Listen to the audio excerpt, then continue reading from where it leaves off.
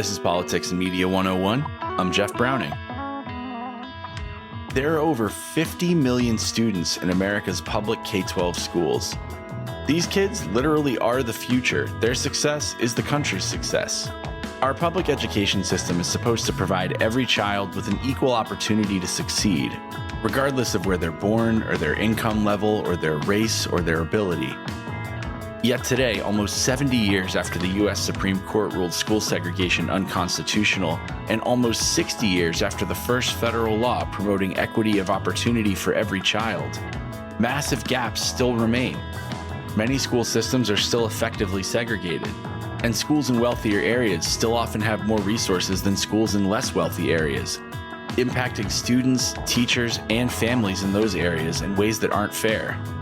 Congressman Bobby Scott is chairman of the House Education and Labor Committee, which means he's the top Democrat in the House of Representatives for all issues having to do with federal education laws. In full disclosure, I actually worked for a member of Congressman Scott's committee in 2015 when Congress was rewriting the law known as No Child Left Behind. Someone else who worked for a Republican member of the same committee at the same time actually showed up and also asked him a question unscripted, which was a pretty cool bipartisan moment. As a reminder, like all of our shows, this is an edited version of a conversation that was taped with audience questions. If you'd like to join us, ask a guest a question, or hear past episodes, please visit our website, pm101.live. Please also take a second to subscribe on whichever streaming service you're using right now so you don't miss our next episode coming out this Wednesday. Today's episode with Chairman Scott is one from our archives. It was originally recorded late last year. Without any further ado, let's roll the tape. In the early 2000s, Congress passed this bipartisan law, No Child Left Behind, that was very unpopular by 2015. You were the top Democrat on the committee that rewrote it. Can you speak to why you think that law was broken and how you sought to fix it? Well, one of the problems with No Child Left Behind was that it was a major step in the right direction because it assessed students to establish whether or not there were achievement gaps. But then it had a cookie-cutter approach to deal with achievement gaps, and some of them just didn't make any sense. You could have, if the Hispanic children learning English as a second language did not perform, and therefore the school was a failing school, you could have after-school programs for everybody else as the response to being a failing school. Incredibly, did not require the response to address the problem. And so after a while, people just got sick and tired of it. And I think that was one of the things that helped motivate the passage of the Every Student Succeeds Act, which gave more flexibility to the schools. But all the way through, we made it clear that we don't mind flexibility, but there will be no flexibility on the requirement to assess the students to establish whether or not there are achievement gaps. You know there are going to be achievement gaps. So the next step is you have to have a credible plan to do something about it.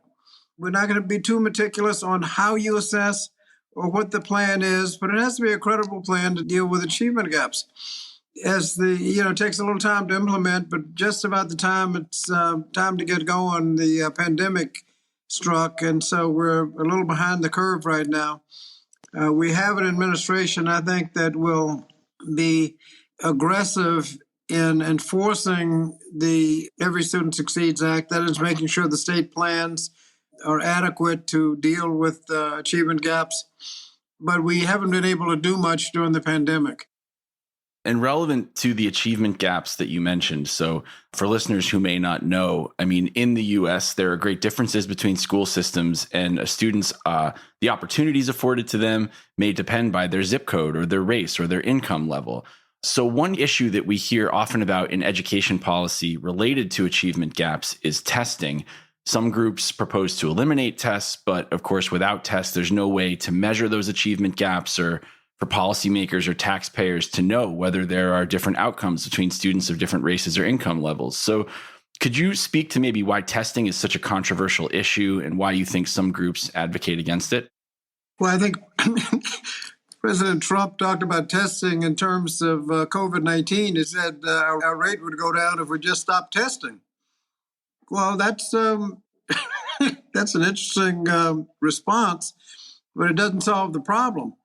One of the things about No Child Left Behind, it was that many of the school systems had such extensive testing that you'd be testing all day, but people just hated it because they were so involved. I think that the testing has to be intentional and useful. I always wondered why would anybody would do most of the tests in May. I mean, the school year's over. You want to do the tests in September and October to find out where the students are, which students are behind, which need additional work, so you can actually do something about it. But in terms of establishing the achievement gaps, as you've indicated, there are four categories: race, English as a second language, income, and special education. And in each of those categories, we want to make sure that there are no achievement gaps. If there are, then you have to have a credible plan to do something about it. I know that sometimes in education policy conversations, labor groups and civil rights groups find themselves on opposite sides of issues. I was wondering if you could share some thoughts on why that is and how it impacts your job as chairman of the Committee on Education and Labor in the House. Depends on which labor groups you're talking about. Some of the labor groups in terms of education labor, teachers, are concerned that what the tests are used for. It's not fair to have a teacher teaching in an area where the educational achievement is very low. They can be doing a good job, but because they have a challenging classroom, the achievement doesn't do too well. Somebody in a much more upscale area where all the students are achieving, they have good parental support and everything else, you're going to do well on achievement tests whether you're a good teacher or not. So you end up with a good teacher in a bad area having a job at risk, and a bad teacher in a good area skating by with no problems. Sometimes the tests are misused or used for purposes that they weren't intended. The purpose of the test is to establish achievement gaps and to establish credible plans to do something about it. They're not designed to punish teachers. And if you're going to assess the teachers, there's a concept called validation. The test has to be valid for the use you're putting it to. And if you're using it for a purpose for which it's not valid, it's not valid. And so I think the concern with some of the labor groups is that you are punishing teachers for things beyond their control. That's obviously not fair. Civil rights groups want to make sure you're doing tests so that the children who are doing poorly, in terms of achievement gap, get addressed. You don't want to wait until the 12th grade and argue about whether or not they're going to get a diploma. You want to talk about it in pre-K, K, and all the way up to make sure there's no achievement gap. So when you get to the 12th grade, of course, you're going to graduate. In all fairness, you need to make sure the assessments are there so that you can credibly address any achievement gap.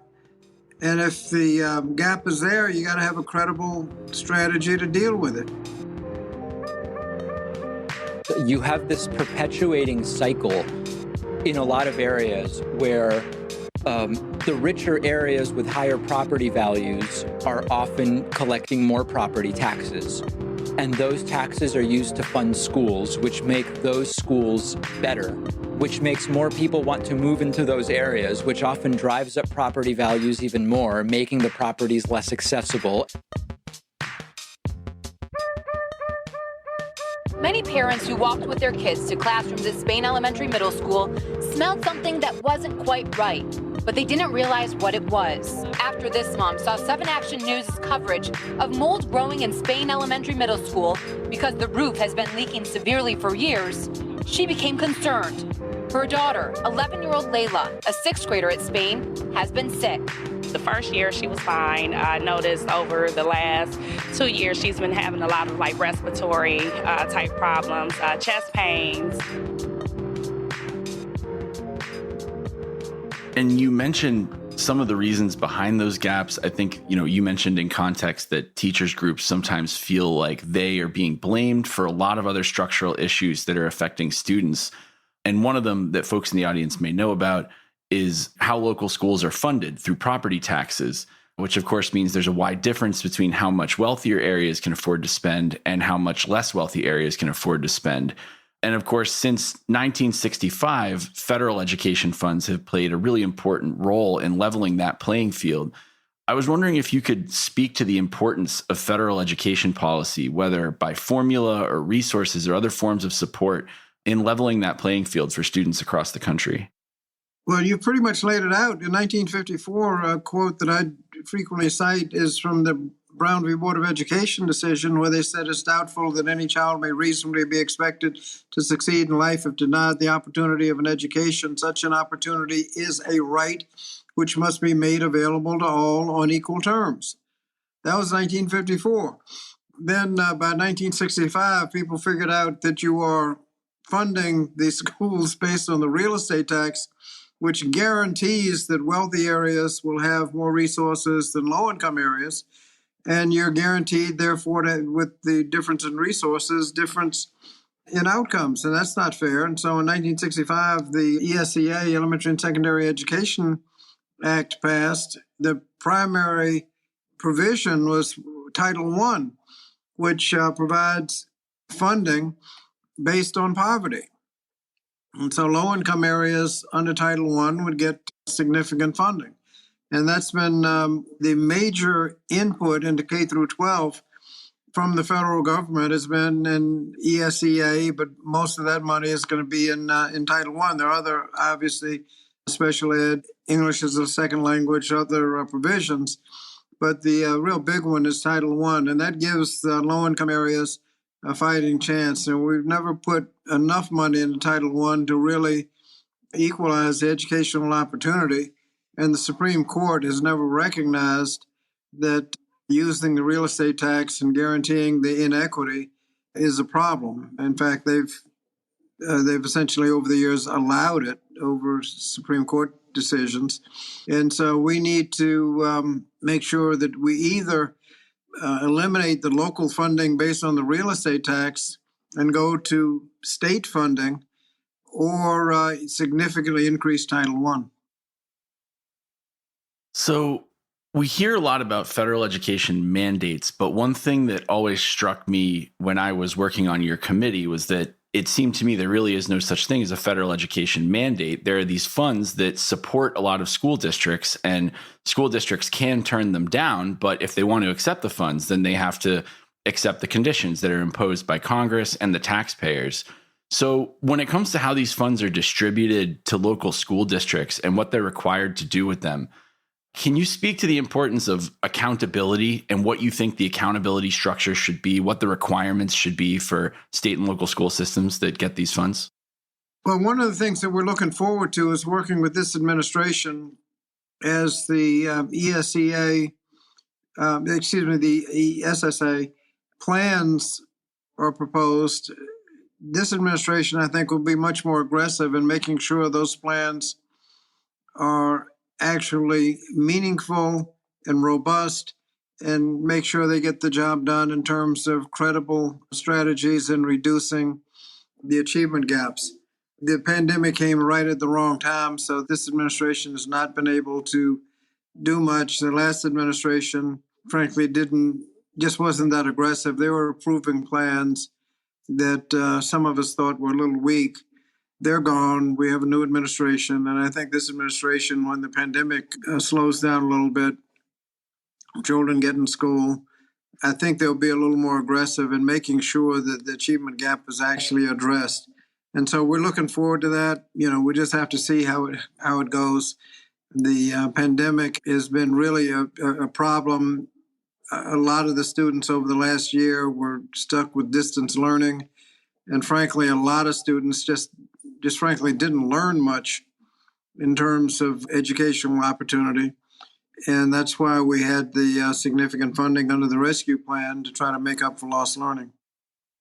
One issue that I want to turn to, speaking about public education, is charter schools. So these are, of course, schools that are run by private operators, but that receive money from public school systems. The argument we always hear from charter advocates is that the funds should follow the student in their backpack. So if the student decides to go to a private school, then they should carry those public funds with them. But those who argue against it, of course, say that charter schools are just siphoning resources from public school systems that already don't have enough, and also that they aren't always subject to the same standards in terms of accountability. So my question is, what do you think should be attached to those public school funds in terms of accountability for charter schools? And what are your thoughts on charter policy more broadly? Well, I think you've helped the discussion by defining what you mean by charter schools. A lot of people start the discussion without a clear definition, and you've defined charter schools as those outside of the public school kind of chain of command. There are a lot of charter schools within the public school chain of command, subject to oversight by the school board. And those are, you have much better opportunity to get a better result with those kinds of schools. The ones that you described, there's no evidence that they actually work. I think studies I've seen used to say that on average, achievement at charter schools was about average. Some did better, some did worse.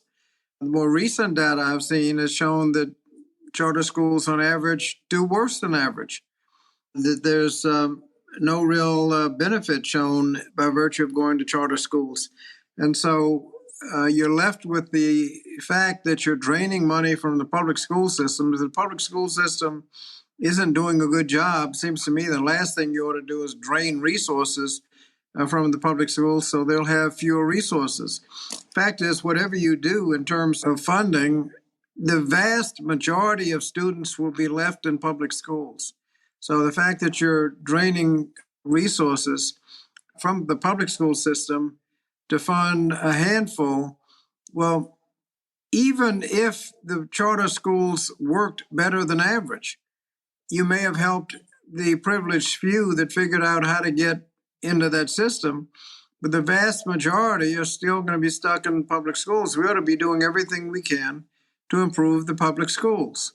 And that's pretty well where I start and begin, that if people want to go outside of the system and fund essentially private education, that's fine. They can pay for it. But we ought to have as strong a public school system as we can, and you don't do that by draining resources. Congressman, we're a very bipartisan show. Our co-founder, Justin, actually worked for a Tea Party member. I worked for Democrats. And the first question here, we want to go to Megan Stringer, who's a friend who actually also worked for a Republican member of your committee, Ms. Fox, during the No Child Left Behind rewrite. And Megan, over to you. What would you like to ask the congressman today? Thanks, Jeff. And thank you, Chairman, for joining us today. I appreciate your time. I'd really be interested. I know that you and your committee have done some work and have begun laying the groundwork to reauthorize the Workforce Innovation and Opportunity Act that was passed, I believe it was back in 2014. If memory serves, when WIOA was passed, it put in some performance metrics for some of the job training programs that it authorizes. And some of those were, I think, first time for those programs to ever be measured. I'm interested to hear how you and your staff plan to go about evaluating the relative success of those programs and deciding about reforming them or potentially even maybe get rid of some that don't work. Well, there are a lot of different initiatives that are going to be considered under job training. WIOA obviously is going to be a major component of that. And we hopefully get a lot of the provisions we're trying to get done when we do WIOA. I guess the first initiative that we're going to try to consider is the massive expansion of the apprenticeship program. The registered apprenticeships are well-known, they're well-documented, and very successful. Graduates of registered apprenticeships, which can go as long as 4 years for electricians and things like that. The graduates end up getting salaries in the $70,000 range. That's quite a good deal for an apprenticeship because you're earning as you learn, so you end up with no debt and a $70,000 job. I mean, that compares very favorably to a lot of young people going to a 4-year liberal arts college where you end up getting jobs that pay significantly less than that, and you probably end up with a significant debt. So we want to make sure that those apprenticeship opportunities are expanded, not only in the number of apprenticeships, but also the job categories.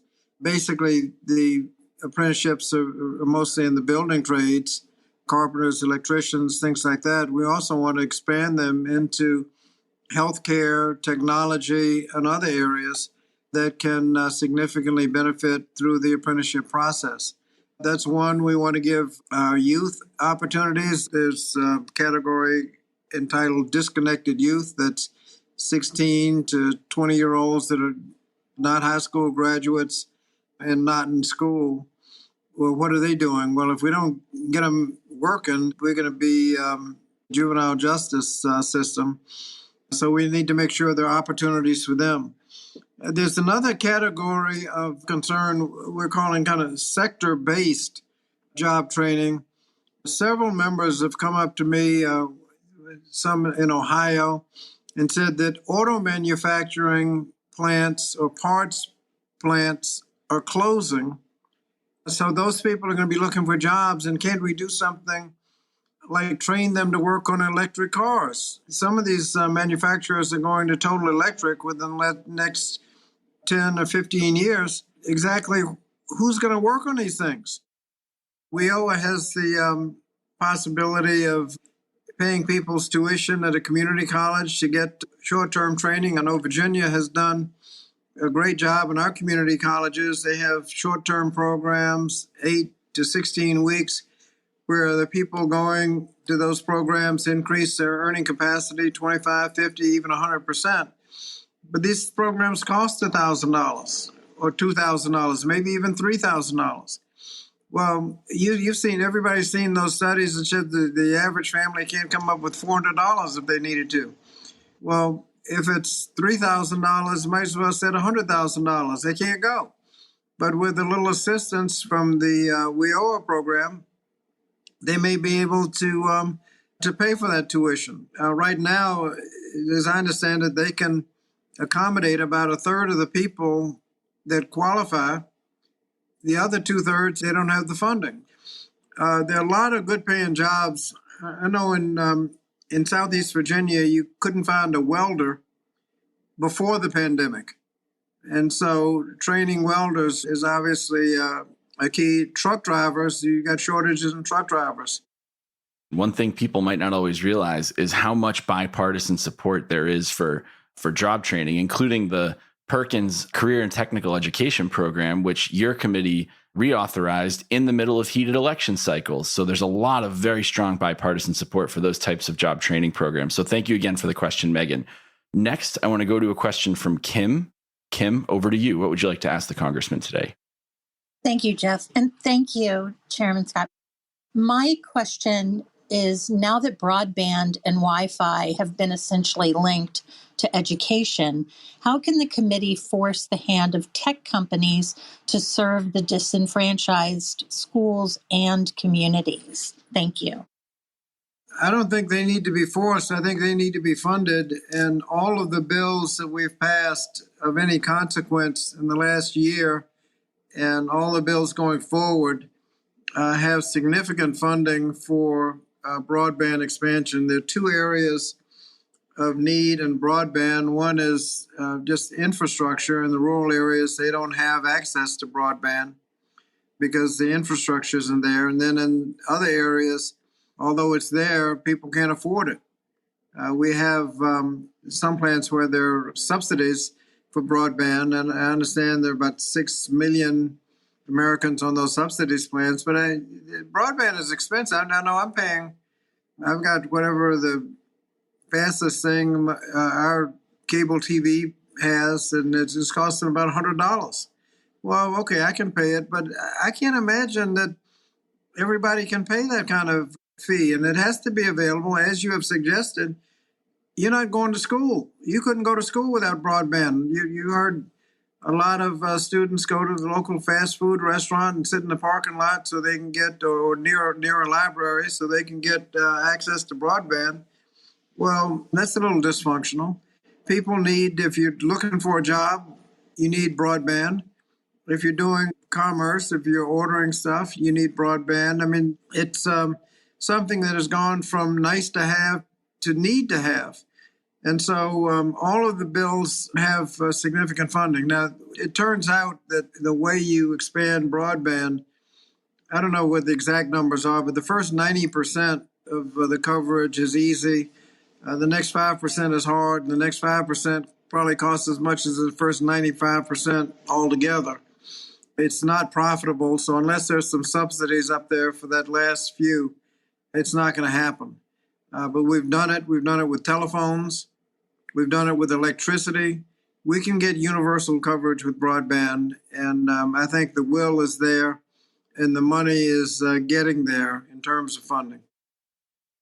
For the last audience question, we would like to go to Zephanie Smith. Well, aloha, everyone from Honolulu. You've had a long career of investigating the issues we've heard about today and trying to legislate in a thoughtful and effective manner. In 2015, the world came together, all of the member states, and said, okay, we have this common language around the issues that you're working on. SDG 4, the Sustainable Development Goals, aims to ensure inclusive and equitable quality education and promote opportunities for all. And so perhaps it's fitting that this final question in today's conversation is sort of, what are your latest thoughts about how to best legislate for the equitable creation of this new world that's rapidly approaching? My daughter will live in a world where we will become more singular in our existence. What legacy do you want to leave behind, essentially, in your new role as chairman? And what are your thoughts about creating this exciting future? The idea of equity in infrastructure, that's not a line item. It's kind of an umbrella over the entire legislation. When you consider things in the bill, when you apply them, you try to think of equity. One of the considerations in the infrastructure bill is replacing lead water pipes. Obviously, we saw the problem in Flint, Michigan, and incredibly, there are a lot of cities whose water is as bad as Flint, Michigan's water is at its worst. We can do something about that if the infrastructure bill passes, because there's a lot of money in there to replace pipes.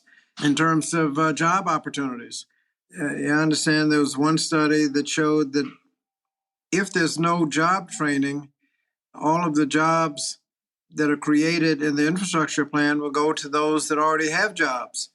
If you have significant job training, then you have the opportunity for others to participate in the economic activity generated by all of the construction jobs.